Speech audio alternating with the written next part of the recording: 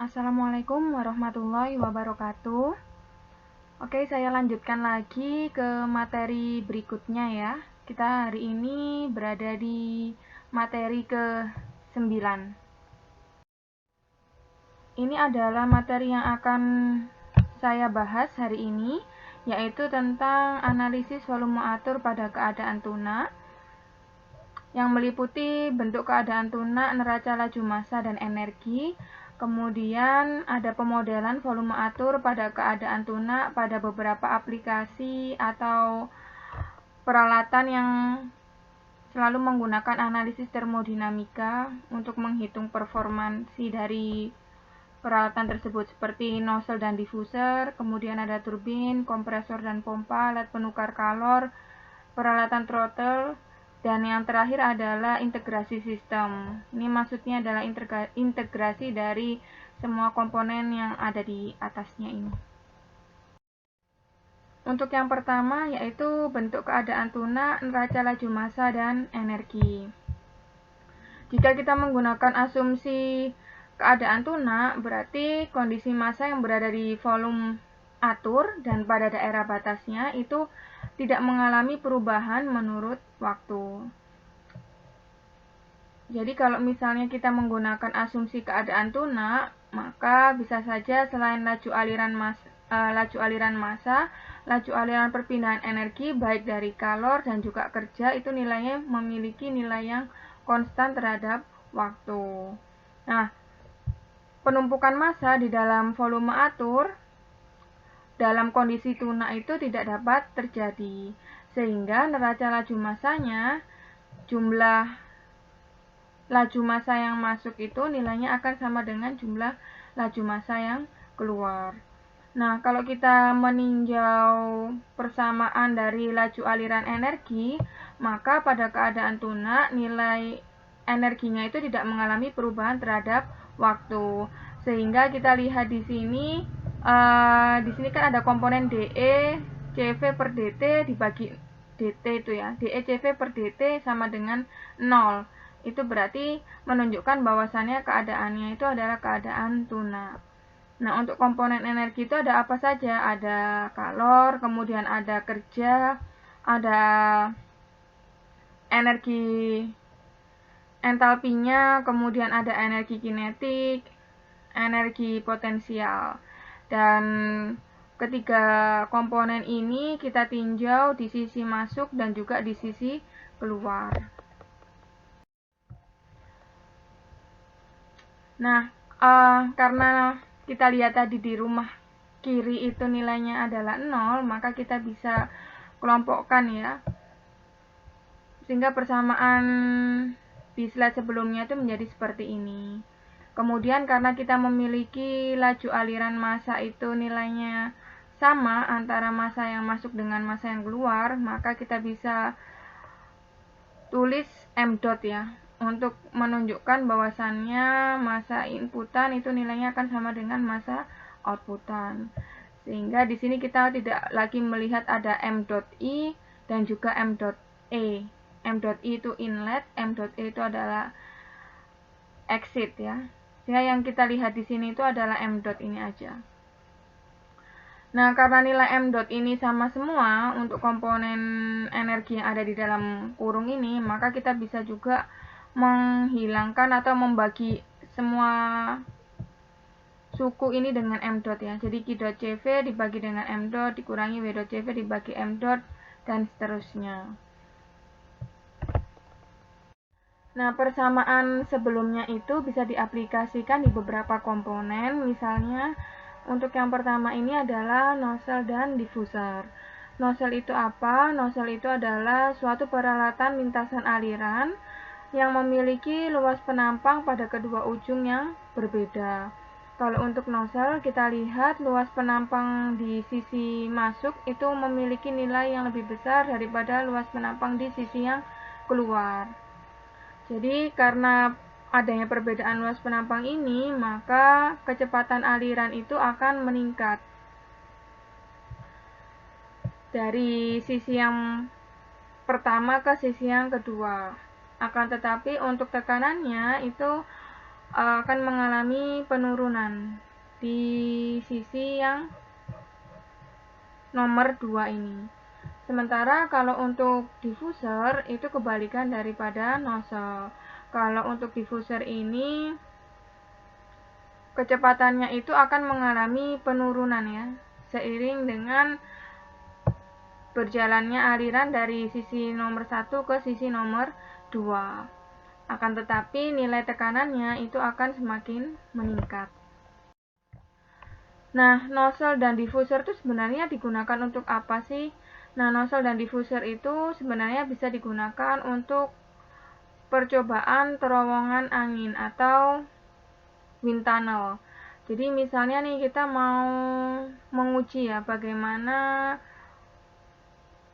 aliran yang melewati suatu bodi mobil maupun bodi pesawat.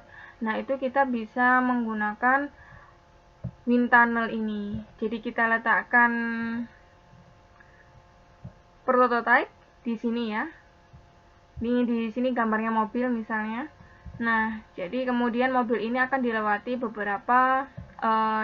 oleh aliran udara yang memiliki kecepatan tertentu.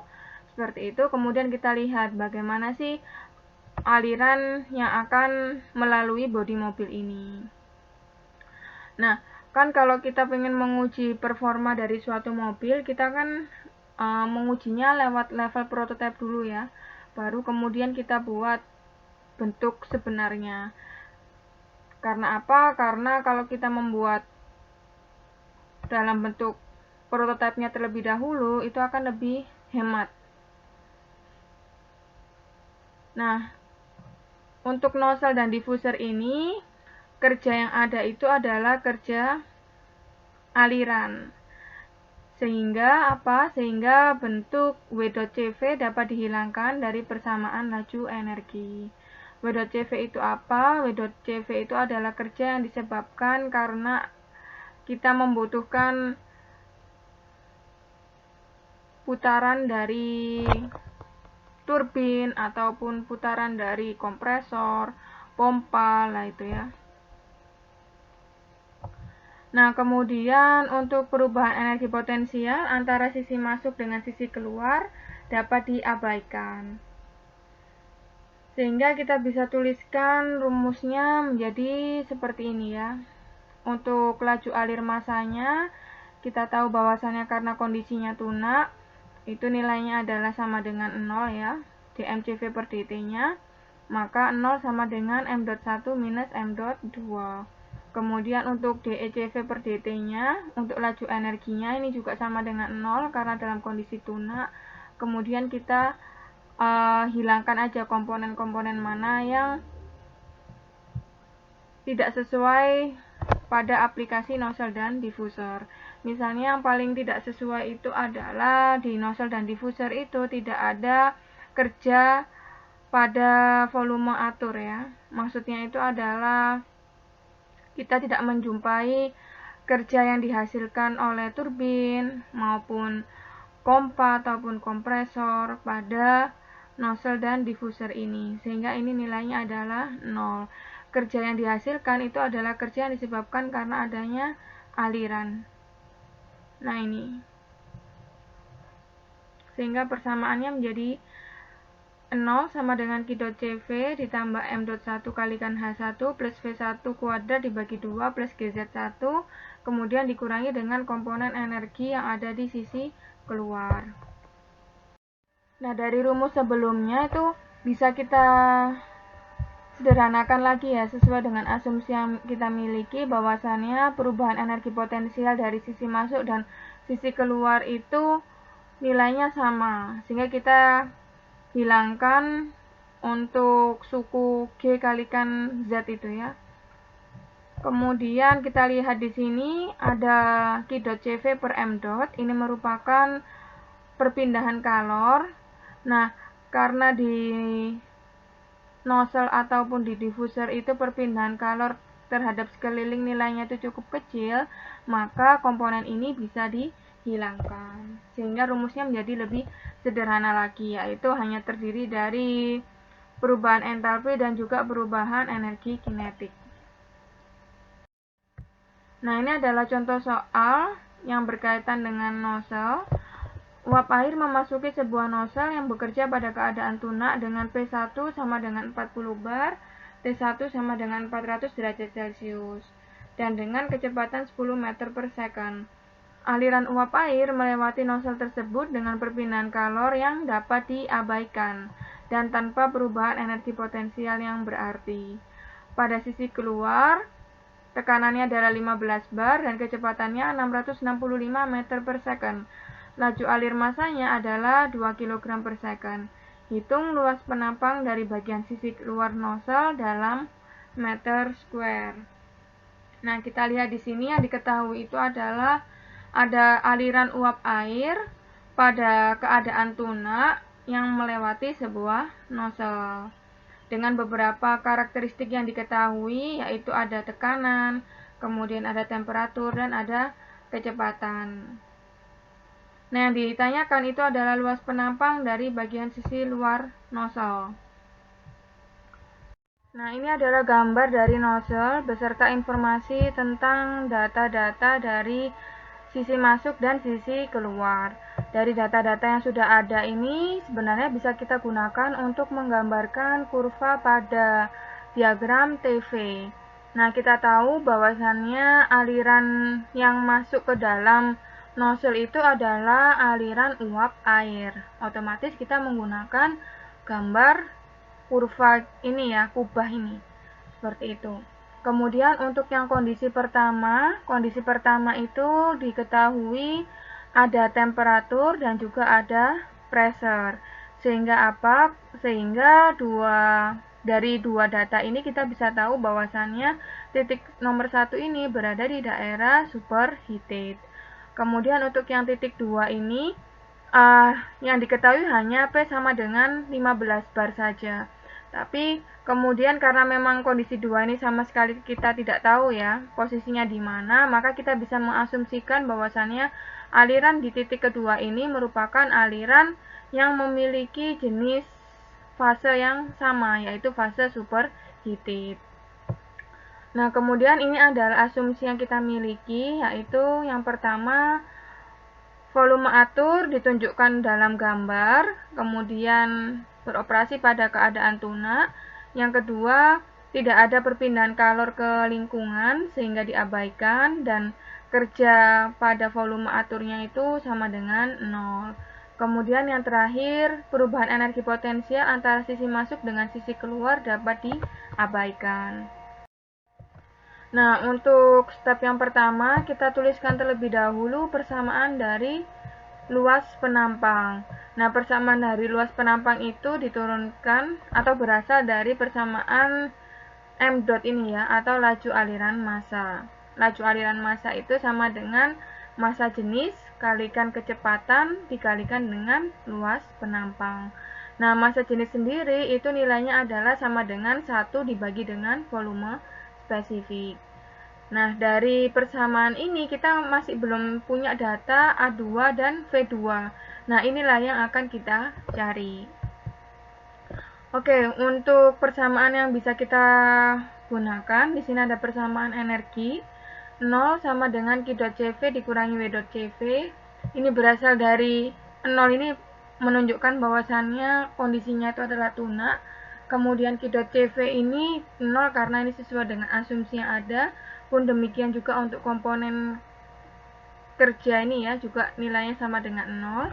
Kemudian dikatakan di soal bahwasannya tidak ada perubahan energi potensial, sehingga untuk komponen GZ1 dan GZ2 ini nilainya 0.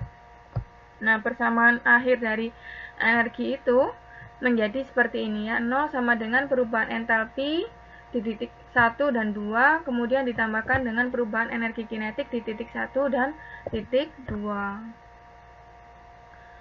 Oke, kemudian dari persamaan ini kita tahu bahwasannya kita masih belum punya data untuk yang H2, sehingga H2 inilah yang perlu kita cari. Nah, H2 itu nyarinya seperti apa? Ini ya, H2 sama dengan tinggal dipindah-pindah aja ya, pindah ke rumah kanan, pindah ke rumah kiri seperti itu. Kemudian nilai H1 itu didapatkan dari mana? Nah, kita lihat di tabel A4. Tabel A4 itu adalah tabel untuk fase superheated. Jadi, untuk melihat tabel fase superheated itu kita perlu dua komponen ya. Kita butuh temperatur dan juga butuh data tekanan. Nah, dari pressure dan temperatur yang sudah diketahui di soal, kita bisa dapatkan nilai H1-nya ini. Kemudian nilai H1 dimasukkan ke persamaan ini. Kemudian kita lihat dulu nih satuan-satuannya sudah sesuai apa? Belum. Nah, satuan entalpi itu adalah kJ per kilogram. Sementara kalau untuk di suku yang lainnya, suku untuk yang energi kinetik, itu satuannya masih meter kuadrat per second kuadrat. Nah, suku ini perlu dikonversi ke kJ per kilogram. Jadi, suku ini perlu dikalikan dengan konversi ke Newton dan juga kemudian ke kilojoule. Nah, setelah dilakukan konversi seperti ini, didapatkan nilainya yaitu 2992,5. Nah, dari kondisi yang sudah kita asumsikan di awal ya, bahwasannya kondisi kedua itu memiliki fase yang sama di kondisi yang pertama, sehingga kita langsung lihat aja di tabel A4 pada tekanan 15 bar. Nah, kita tahu data sebelumnya ada H2, ini hasil perhitungan sebelumnya, yaitu 2992,5 kJ per kilogram. Kemudian kita lihat di tabel A4. Nah, ini tabel A4. Kita cari angka segini ya. Nah, kita cari di kolom H. Nah, kita dapatkan bahwasannya, nah, di sini beda koma aja, ini ada 0,7. Kemudian di sini 0,5. Karena bedanya tidak terlalu signifikan, maka kita bisa langsung menggunakan nilai ini, 0,1627 meter pangkat 3 per kilogram.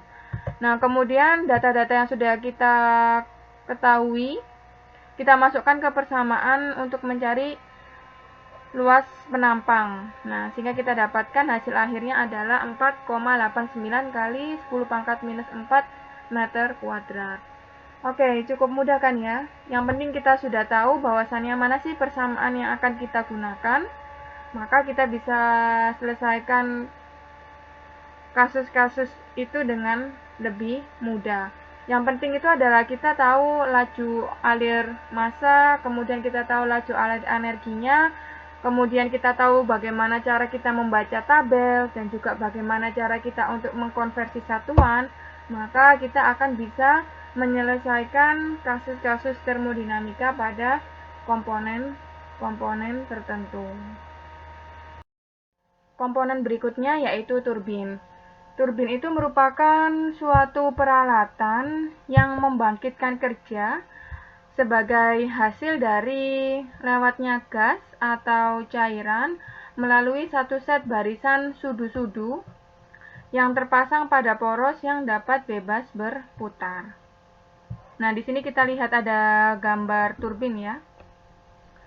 Turbin itu punya komponen utama yang terdiri dari poros. Ini poros, kemudian ada sudu-sudu. Jadi pada saat ada fluida yang masuk ke dalam turbin, maka fluida tersebut itu akan memutar sudu-sudu turbin ya, sehingga porosnya ini akan berputar. Nah, itulah yang akan menghasilkan kerja. Nah, turbin itu banyak digunakan pada pembangkit. Ada pembangkit uap, kemudian pembangkit dengan turbin gas, maupun bisa juga digunakan di mesin pesawat terbang. Nah, ini adalah contoh aplikasi dari turbin. Ini menggunakan fluida air. Nah, kalau untuk turbin air itu dia memanfaatkan ketinggian dari air ya. Jadi, air yang memiliki ketinggian itu akan memiliki power untuk memutar propeller ini. Nah, pada saat ini berputar, sudu-sudunya ini berputar, maka porosnya ini akan berputar. Nah, poros berputar ini nanti bisa membangkitkan kerja. Ini adalah contoh soal tentang perhitungan performa dari turbin uap. Oke, saya bacakan soalnya.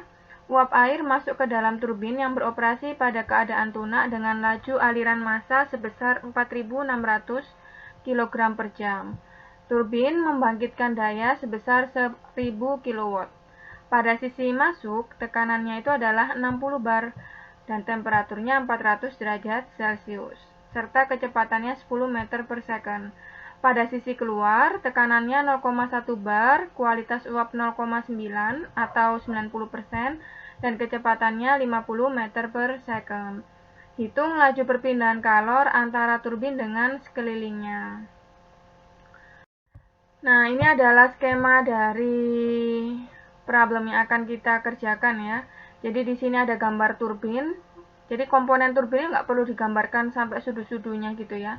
Jadi turbin itu direpresentasikan dengan bentuk apa ini? Trapesium gitu ya. Dengan ujung di awal ini luas permukaannya lebih kecil daripada yang di sisi outlet. Nah, oke, di sisi outlet ini ada beberapa data yang diketahui. Ada M.1 sekitar 4.600 kg per jam, kemudian ada pressure, ada temperatur, dan juga ada kecepatan. Nah, di sisi kedua ini, di sisi outlet ya, atau sisi 2 ini ada pressure, ada kualitas campuran, dan ada kecepatan. Dari data-data ini kita bisa gambarkan posisinya ya di diagram fase, yaitu diagram TV ini. Oke, kita gambarkan. Nah, di sini kita lihat di poin 1. Poin 1 ini kok bisa dia itu tahu ya di daerah superheated itu, alasannya adalah karena di titik 1 diketahui dua parameter, ada parameter tekanan dan juga ada parameter temperatur. Sehingga pada saat ada dua parameter ini diketahui, maka titik 1 ini sudah pasti berada di daerah superheated karena temperaturnya juga sangat tinggi ya. Kemudian di titik 2, kenapa kok titik 2 ini masuk ke dalam daerah campuran? Karena di soal diketahui bahwasannya ada X ini ya, atau ada kualitas. Nah, kalau ada kualitas itu berarti menunjukkan bahwasannya kondisi 2 itu berada di daerah fase campuran. Nah, berikutnya adalah asumsinya. Asumsinya itu ini adalah gambar volume aturnya dan beroperasi pada keadaan tunak, serta ada perubahan energi potensial dari sisi masuk ke sisi keluar dapat diabaikan. Nah, sebenarnya untuk asumsi yang kedua ini tidak dimention ya dalam soal. Akan tetapi seperti yang kita ketahui bersama bahwasannya turbin itu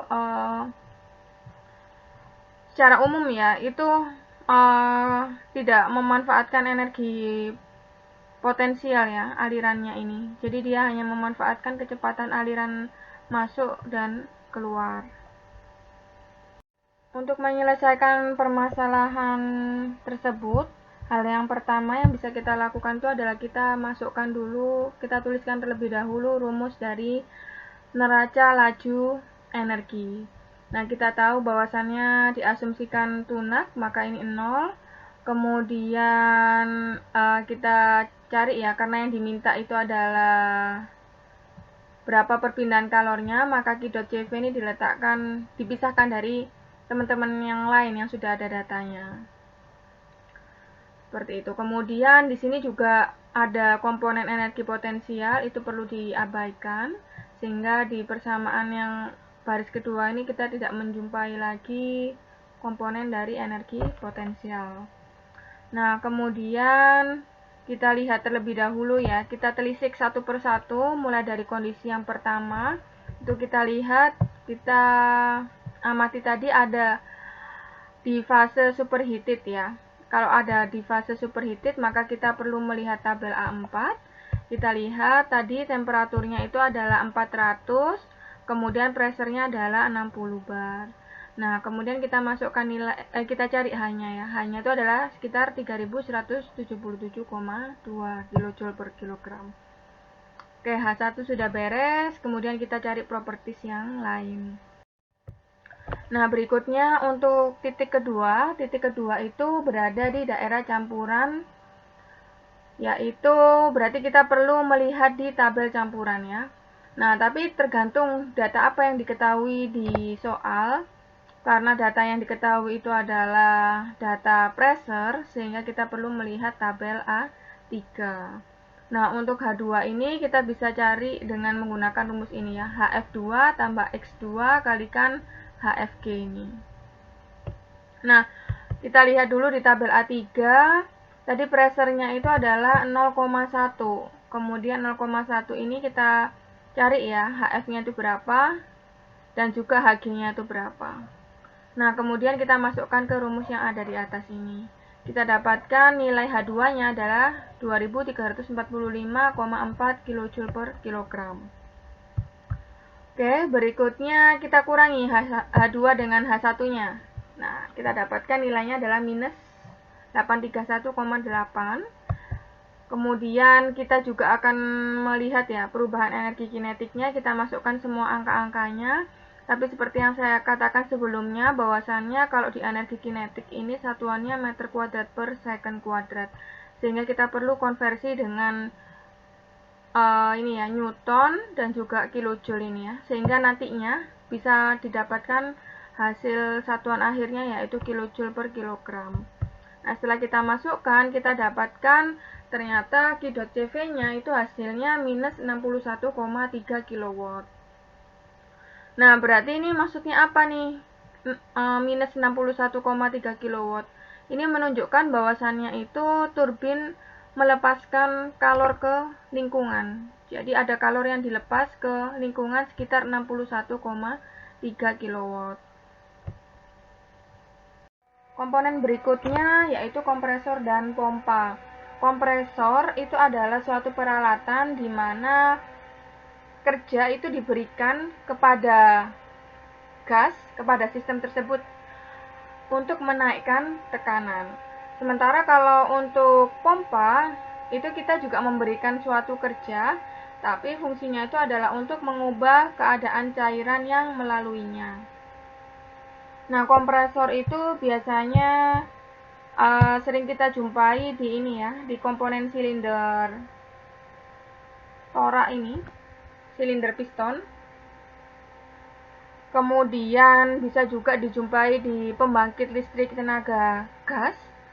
Itu kompresor itu merupakan salah satu komponen di dalamnya. Ini adalah jenis-jenis kompresor. Yang pertama ada kompresor aliran aksial.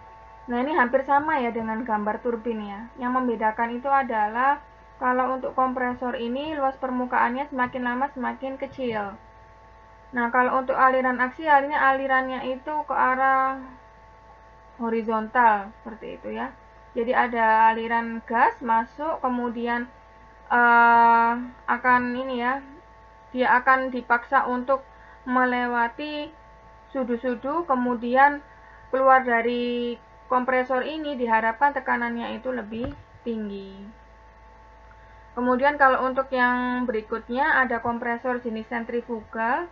Kalau yang jenis sentrifugal ini antara sisi masuk dan sisi keluarnya itu beda arah ya. Jadi di sini ada sisi masuk, kemudian dia keluarnya lewat sisi atas ini ya. Nah, di sini nih dia akan keluar dalam bentuk tekanan yang lebih tinggi. Kemudian ada juga yang namanya jenis Roots. Ini konsepnya juga sama ya. Ada fluida masuk, kemudian dia akan dipaksa untuk melewati luasan permukaan yang lebih kecil. Dan di sini ini ada sisi keluarnya. Nah, ini adalah contoh perhitungan daya kompresor. Ada udara masuk ke dalam sebuah kompresor yang beroperasi pada keadaan tunak dengan tekanan 1 bar, temperatur 290 Kelvin dan kecepatan 6 meter per second.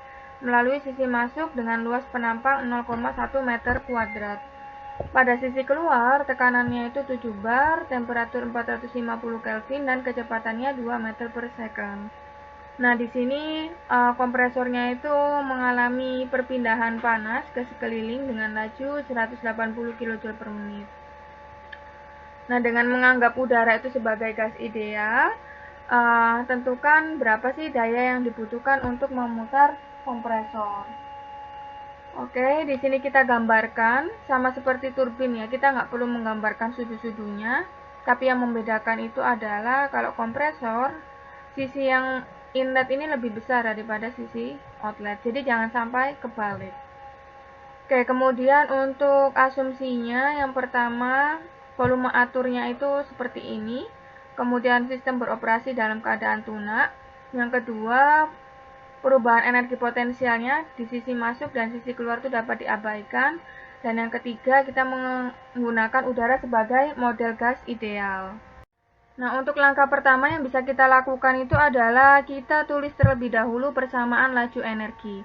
Nah, ini persamaan laju energi, kemudian kita coret-coret ya, sesuai dengan asumsi yang kita miliki.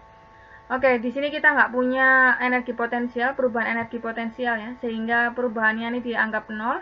Kemudian kita pindah komponen min W.CV ini ke sebelah kiri.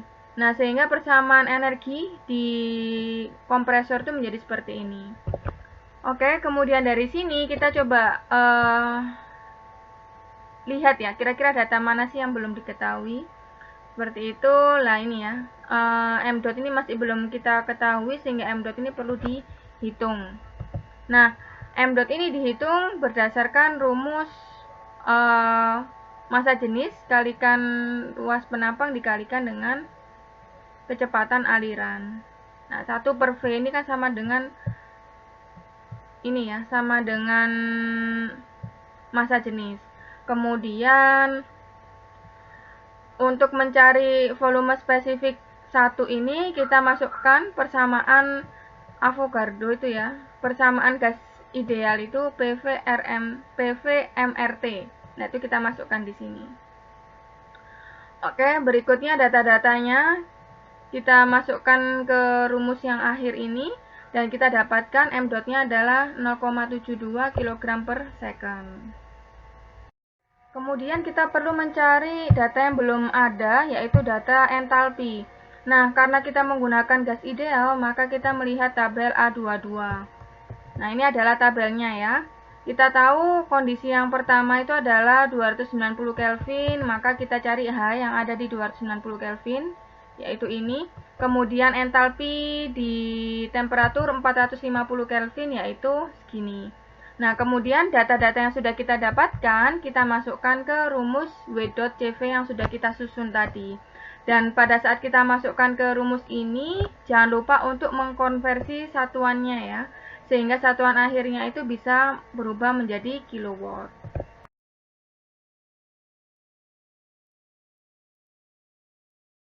Berikutnya adalah alat penukar kalor. Alat penukar kalor atau bahasa Inggrisnya adalah heat exchanger. Itu merupakan peralatan yang berfungsi memindahkan energi antara fluida yang memiliki perbedaan temperatur melalui perpindahan kalor. Nah, di sini ada beberapa jenis alat penukar kalor. Ada yang tipe kontak langsung. Jadi kalau untuk di tipe ini, fluidanya itu antara fluida panas dan fluida dingin itu dicampur menjadi satu, sehingga fluida yang keluar dari sisi outlet ini memiliki suhu yang lebih tinggi daripada fluida dingin yang masuk ke dalam heat exchanger. Kemudian ada juga tipe shell and tube ya, dimana kedua fluida yang memiliki perbedaan temperatur itu memiliki arah aliran yang berlawanan. Kemudian ada juga yang arah alirannya sejajar seperti ini, atau ada juga yang arahnya ini tegak lurus. Nah, ini nanti bisa kalian pelajari secara detail di mata kuliah perpindahan panas. Untuk di termodinamika ini kita hanya membahas secara umum saja tentang heat exchanger. Nah, untuk contoh soalnya, nah ini kita gunakan salah satu contoh dari heat exchanger yang ada di pembangkit yang dinamakan sebagai kondensor. Uap air masuk ke dalam kondensor dari pembangkit daya tenaga uap dengan tekanan 0,1 bar dan kualitas uap 0,95. Dan kondensat keluar dengan tekanan 0,1 bar dan temperatur 45 derajat Celcius. Air pendingin masuk kondensor pada suatu aliran terpisah sebagai cairan dengan temperatur 20 derajat Celcius dan keluar sebagai zat cair bertemperatur 35 derajat Celcius tanpa adanya perubahan tekanan. Nah, perpindahan kalor dari bagian luar dari penukar kalor dan perubahan energi kinetik dan potensial itu diabaikan dan operasinya itu berlangsung pada keadaan tuna. Untuk pertanyaan yang pertama, berapa sih rasio antara laju alir massa air pendingin terhadap laju alir massa dari proses pengembunan, dan yang kedua laju perpindahan energi dari uap yang mengembun ke air pendingin. Nah, sebelum saya jelaskan gambarnya ini ya, saya mau menjelaskan terlebih dahulu kondensor itu konsepnya seperti apa. Jadi kondensor itu posisinya terletak setelah turbin ya. Nah, turbin itu kan diputar dengan menggunakan uap yang sangat tinggi temperaturnya. Nah, ada beberapa uap akhir dari turbin ini yang sudah tidak bisa lagi digunakan untuk memutar sudut-sudut turbin itu akan turun ke kondensor. Nah, turun ke kondensor itu fungsinya itu agar mengubah uap air itu menjadi air. Nah, nantinya air itu bisa diolah lagi, kemudian bisa diubah lagi menjadi uap. Nah, di sini kita lihat ada dua sisi ya. Untuk sisi yang pertama ini adalah sisi dari turbin. Jadi di titik yang pertama ini kita lihat ada uap air masuk, kemudian uap air ini didinginkan oleh air pendingin. Nah, ini air pendinginnya ini di titik 3 ini masuk kemudian keluar di titik 4. Nah, jadi pada saat uap air ini ketemu dengan air pendingin, maka uap air ini akan berubah menjadi air kondensat atau bisa dikatakan sebagai air gitu ya. Kemudian, nah kalau kita gambarkan di kurvanya ini, kurva TV, kita bisa lihat di sini itu uap air dengan kualitas 0,95. Berarti titik 1 ini posisinya adalah di daerah campuran. Kemudian di sini ada kondensat. Kondensat ini posisinya di titik 2 ini ya. Diketahui dua parameter, ada tekanan dan juga ada temperatur, berarti ini berada di daerah cair tekan. Kemudian untuk di sisi yang lain, dia ini berada di daerah cair jenuh. Taunya dari mana? Taunya itu adalah kedua temperatur ini tidak disertai dengan dengan nilai dari tekanannya ya. Jadi kan kalau misalnya hanya diketahui temperaturnya saja, berarti kan dia masuk ke dalam fase campuran. Sehingga titik 3 dan 4 ini berada pas di sini ya, uap jenuh. Kenapa kok nggak di daerah fase campuran? Ya karena memang tidak ada ininya ya, tidak diketahui kualitasnya itu berapa. Jadi sudah pasti mereka ini berada di daerah cair jenuh. Nah, ini adalah beberapa asumsinya. Ada asumsi yang pertama itu gambar volume aturnya seperti ini, kemudian beroperasi pada kondisi tunak. Kemudian yang kedua tidak ada perpindahan kalor dan juga tidak ada kerja yang dihasilkan ya atau yang dibutuhkan. Kemudian yang ketiga, perubahan energi kinetik dan potensial itu diabaikan.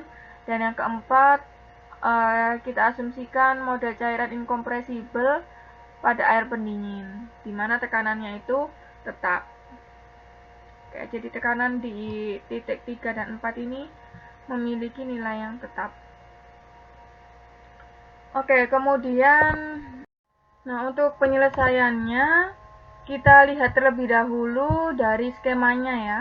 Kalau kita amati di sini, massa yang masuk di titik 1 itu akan sama dengan massa yang keluar di titik 2. Jadi kita tulis M.1 sama dengan M.2. Kemudian untuk yang di air pendingin ini juga sama, M.3 ini nilainya sama dengan M.4. Kemudian, kita tuliskan persamaan laju energinya, kemudian kita coret mana aja yang memiliki nilai 0. Jadi yang pertama itu Q.CV ya. Kalornya ini dianggap tidak ada yang keluar dari sistem ini. Jadi kalau kita gunakan volume atur seperti ini, maka kita asumsikan bahwasannya Q.CV ini nggak ada kalor yang keluar dari sini ke lingkungan.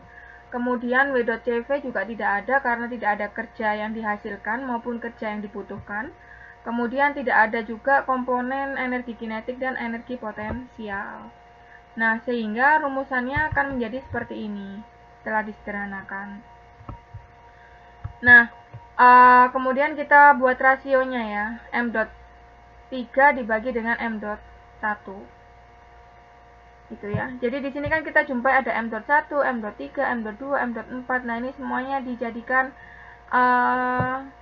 seragam gitu loh. Jadi misalnya nih H1 dikurangi H2. Nah, H2-nya ini kan dia menggunakan M.2. Nah, M.2 ini diganti dengan dengan huruf M.1. Seperti itu. Oke, kemudian kita lihat kita cari dulu ya data apa yang belum diketahui. Jadi untuk di titik 1 kita hanya tahu tekanan 0,1 bar. Nah, di sini kita perlu mencari ya, kira-kira berapa sih nilai dari H1 itu. Dan ada kata kuncinya juga, yaitu dia memiliki kualitas campuran. Oke, kita lihat tabel A3 karena yang diketahui adalah tekanan. Kemudian kita tuliskan ya kita tuliskan berapa angka untuk HF dan HG-nya. Nah, setelah itu kita masukkan kualitasnya di sini sehingga kita dapatkan nilai H1-nya. Nah, untuk H2 kita lihat terlebih dahulu kira-kira parameter apa yang diketahui. Parameter yang diketahui itu ternyata adalah temperatur.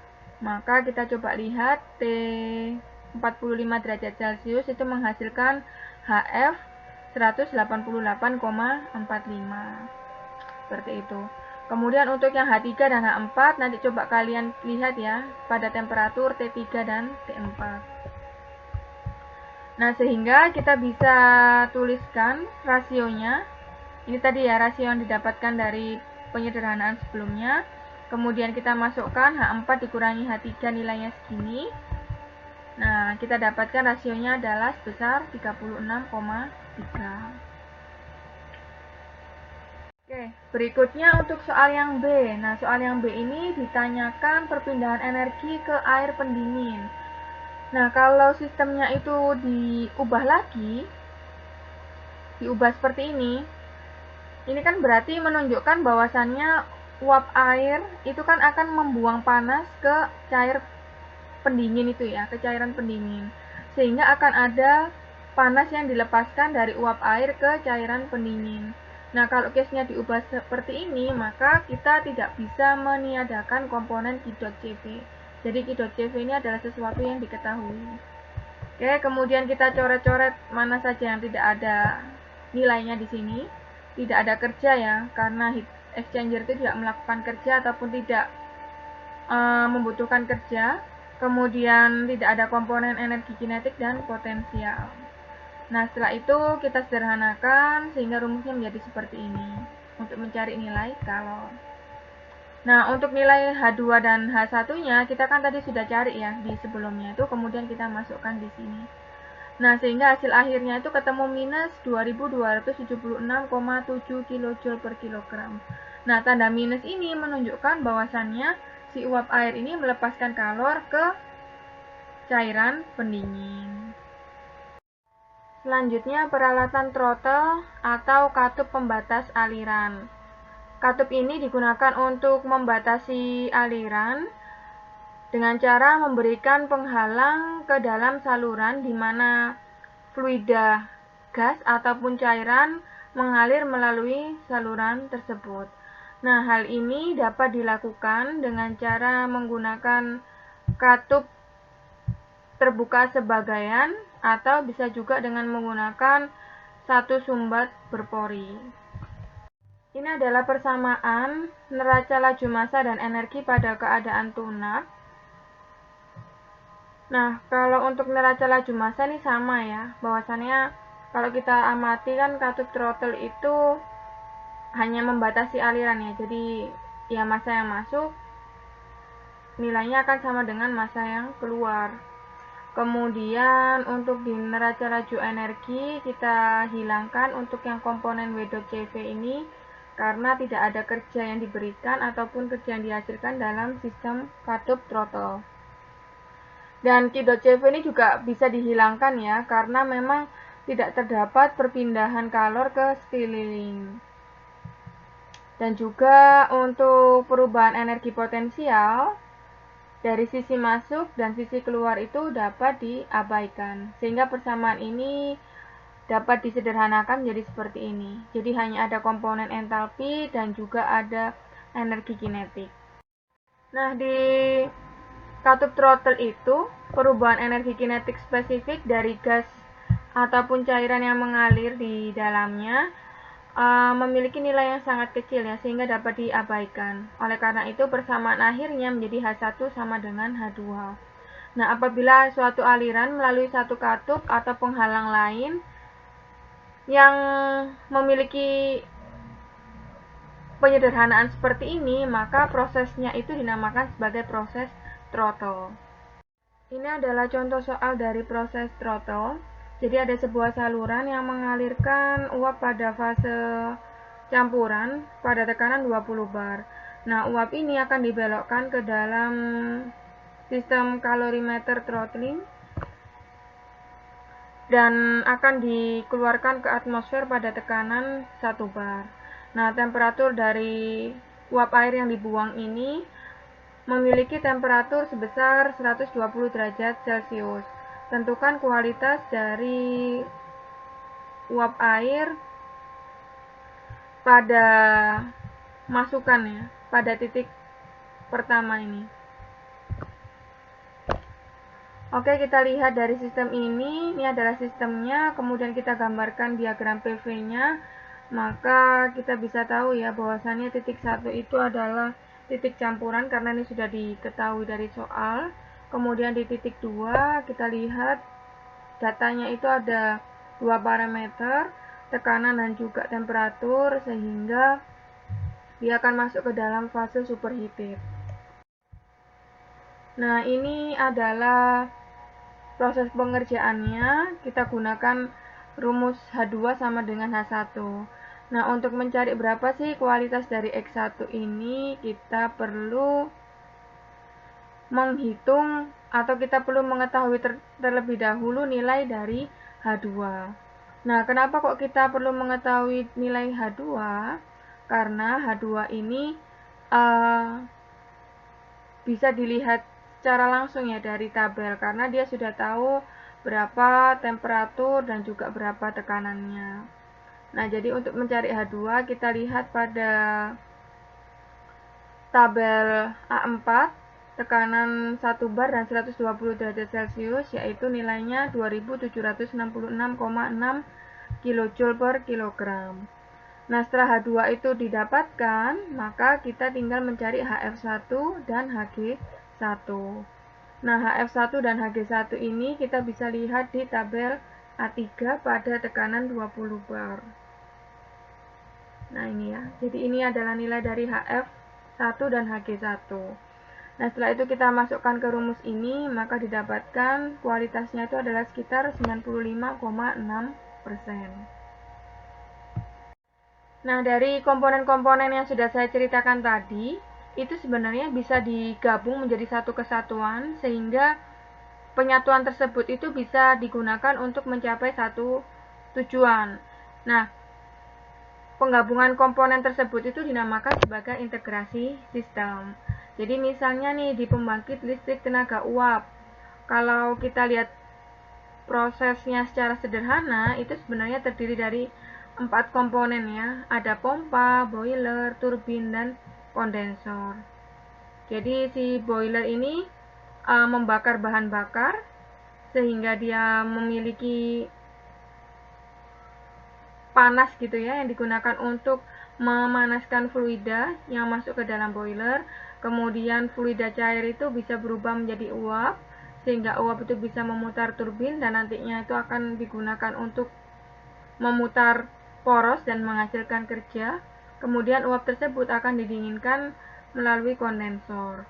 Nah, air yang sudah dingin akan masuk lagi ke pompa, kemudian dialirkan kembali ke boiler. Nah, inilah yang namanya integrasi sistem. Nah, ini adalah contoh dari integrasi sistem. Soal ini membahas tentang bagaimana panas buangan itu dimanfaatkan untuk memanaskan air yang kemudian uapnya itu akan digunakan untuk menggerakkan sudu-sudu turbin uap. Seperti itu ya. Nah, di sini ada beberapa data seperti temperatur, kemudian ada laju alir masanya, dan yang ditanyakan itu adalah berapa sih besar tenaga yang dihasilkan oleh turbin, maksudnya berapa besar kerja, dan berapa besar temperatur dari fluida yang akan masuk ke dalam turbin. Nah, ini sistemnya. Jadi di sini ada steam generator. Steam generator ini dia memiliki dua masukan fluida yang berbeda ya. Untuk fluida panas yang pertama, untuk fluida panasnya itu akan masuk ke dalam saluran nomor 1. Jadi fluida panas ini yang dinamakan atau yang disebut juga sebagai panas sisa, panas buangan, yang daripada dibuang ke atmosfer itu termasuk suatu sia-sia, suatu pekerjaan yang sia-sia, maka dimanfaatkan kembali untuk memanaskan air, gitu ya. Kemudian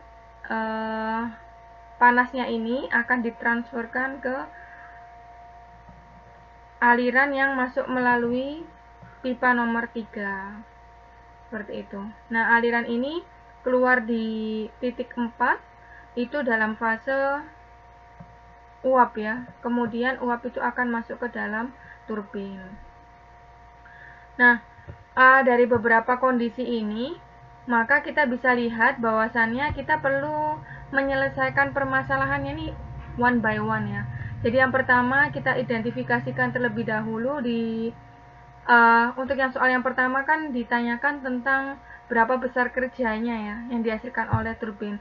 Berarti kita perlu melihat turbin terlebih dahulu, kemudian kita tuliskan berapa sih, dituliskan dulu persamaan dari ininya ya, laju alir massa, laju alir energinya. Pun demikian juga untuk yang steam generator. Ini adalah bagaimana step by step penyelesaian dari soal yang barusan saya bacakan ya. Jadi di sini kita anggap bahwasannya steam generator dan turbin ini dalam satu kesatuan sistem. Kemudian kita coba lihat persamaan laju alir massanya. Di sini M.1 itu nilainya pasti sama dengan M.2. Kemudian ada M.3 itu pasti nilainya sama dengan M.5. Sesuai dengan kesepakatan awal ya, bahwasannya kalau di keadaan tunak, massa M.inlet itu sama dengan M.outlet. Nah, kemudian kita tuliskan juga persamaan laju energinya ya. Nah, ini kita lihat laju energinya itu ada Q.CV dan ada W.CV, kemudian ini adalah energi dari alirannya. Jadi ini semuanya kita tuliskan ya, mulai dari aliran nomor 1, kemudian aliran nomor 2, 3, dan juga 5. Nah, dari persamaan utama ini kita coba lihat dan kita hilangkan beberapa part yang disesuaikan dengan asumsi di awal. Jadi di sini kita anggap bahwasannya sistemnya ini terisolasi sempurna sehingga Q.CV-nya ini 0. Kemudian di sistem ini tidak ada perubahan energi kinetik dan juga potensial yang berarti sehingga ini juga 0. Nah, kemudian rumus ini bisa disederhanakan bentuknya seperti ini. Nah, setelah itu kita coba cari satu persatu ya propertiesnya ini, mulai dari entalpi kondisi 1, 2, 3, dan 5. Nah, untuk mencari properties di setiap titik itu kita harus paham terlebih dahulu kira-kira fluidanya itu berada di fase apa. Nah, sehingga nantinya setelah data-datanya sudah didapatkan, kita bisa masukkan ke rumus W.CV ini dan dihasilkan hasilnya seperti ini. Itu nanti coba dipelajari. Untuk soal yang kedua, itu yang ditanyakan adalah berapa besar temperatur uap yang akan masuk ke dalam turbin. Nah, untuk mengetahui berapa besar temperatur itu, maka kita lihat terlebih dahulu nih, titik 4 itu kan berada di outputan dari steam generator. Nah, kita bisa gunakan pendekatan ini ya, alat penukar kalor. Nah, ini kan ya, alat penukar kalor kan rumus akhirnya seperti ini. Nah, kemudian kalian coba cari satu persatu propertiesnya. Kemudian setelah itu kita tentukan ya, properties di titik 4 itu berapa. Nah, dari data yang sudah ada, coba diinterpolasikan di tabel A4. Nah, itu ya. Nah, pada tabel A4, kira-kira dengan tekanan sebesar 0,275 MPa dan juga H4 nilainya 2825 kJ per kilogram, ini menghasilkan temperatur berapa. Nah, itu coba diinterpolasi. Ini adalah soal yang perlu kalian kerjakan sebagai latihan. Nah, ini saya anggap jawaban kalian tuh sebagai nilai kuis, seperti itu. Di soal ini diketahui ada nozzle ya, kemudian nozzle ini mengalirkan uap air pada keadaan tunak dengan beberapa karakteristik yang sudah diketahui. Kemudian yang ditanyakan itu adalah kecepatan pada sisi keluar dan luas penampang aliran pada sisi masuk dan keluar. Nah, ini cukup mudah. Coba dijabarkan terlebih dahulu bagaimana laju aliran massa dan laju aliran energinya. Oke, saya rasa sekian dulu kuliah untuk hari ini. Mohon maaf jika saya ada salah. Wassalamualaikum warahmatullahi wabarakatuh.